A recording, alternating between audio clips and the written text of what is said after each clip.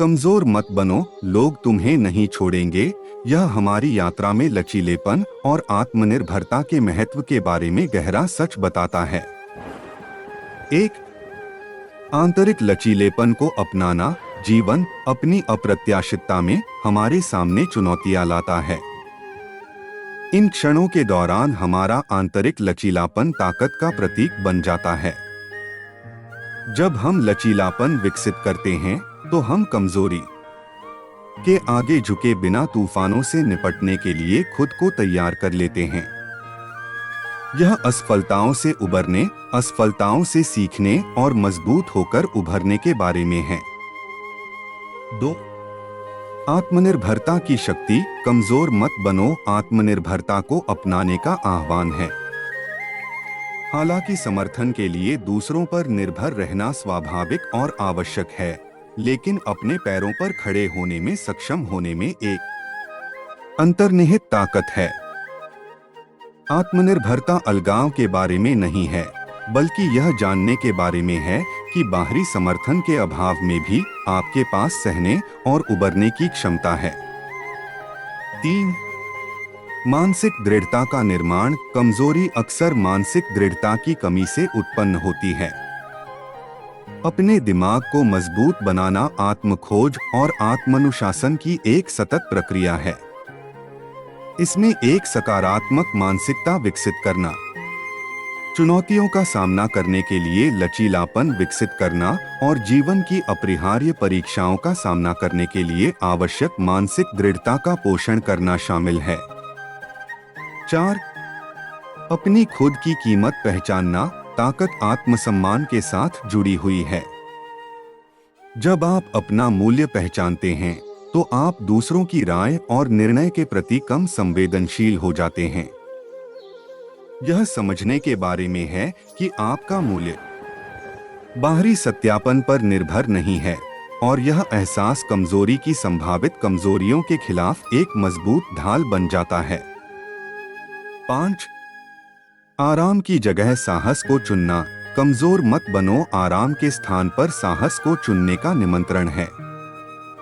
यह स्वीकार करना है कि विकास अक्सर हमारे आराम क्षेत्र के बाहर होता है।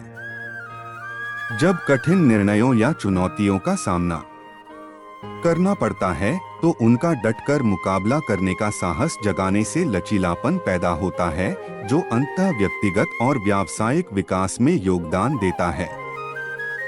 6, भावनात्मक शक्ति को बढ़ावा देना। भावनात्मक मजबूती लचीलेपन की आधारशिला है। इसमें भावनाओं से अभिभूत हुए बिना उन्हें स्वीकार करना और प्रबंधित करना शामिल है। भावनात्मक ताकत का निर्माण आपको संतुलित दृष्टिकोण के साथ रिश्तों, असफलताओं और अनिश्चितताओं से निपटने की अनुमति देता है, जिससे भावनात्मक कमजोरियों को कमजोरी का स्रोत बनने से रोका जा सकता है।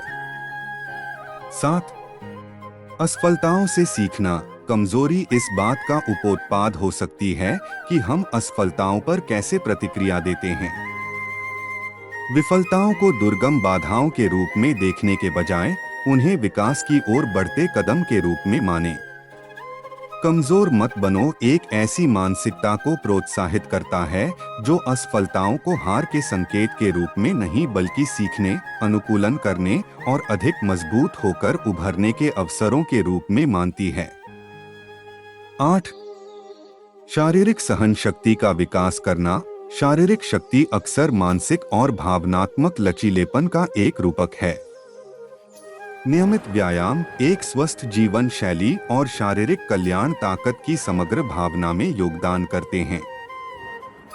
जब आपका शरीर मजबूत होता है तो यह आपकी मानसिक स्थिति पर सकारात्मक प्रभाव डालता है। इस विचार को मजबूत करता है कि ताकत मन, शरीर और आत्मा को शामिल करने वाला एक समग्र प्रयास है।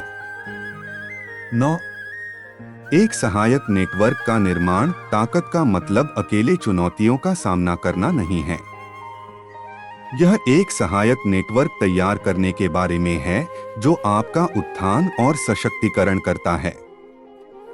अपने आप को ऐसे लोगों से घेरें जो आपके विकास को प्रोत्साहित करते हैं, रचनात्मक प्रतिक्रिया देते हैं और जरूरत पड़ने पर सहायता प्रदान करते हैं। चुनौतीपूर्ण समय के दौरान एक मजबूत सहायता प्रणाली ताकत का स्तंभ हो सकती है। 10. सशक्तिकरण का चयन। अंततः कमजोर मत बनो, सशक्तिकरण को चुनने का आह्वान है। यह आपके जीवन, निर्णयों और प्रतिक्रियाओं का स्वामित्व लेने के बारे में है। सशक्तिकरण में आपके मूल्यों के अनुरूप विकल्प चुनना, सीमाएं निर्धारित करना और अपने भाग्य को आकार देने की अपनी क्षमता को पहचानना शामिल है। ताकत कोई मंजिल नहीं बल्कि आत्मखोज और विकास की एक सतत यात्रा है। कमजोर मत बनो एक मंत्र है जो हमें लचीलेपन, आत्मनिर्भरता और निरंतर सुधार के प्रति प्रतिबद्धता के साथ अपने जीवन को आकार देने की शक्ति की याद दिलाता है। जैसे ही आप इस यात्रा को स्वीकार करते हैं, आपको अटूट संकल्प के साथ जीवन की चुनौतियों का सामना करने की शक्ति मिले। धन्यवाद।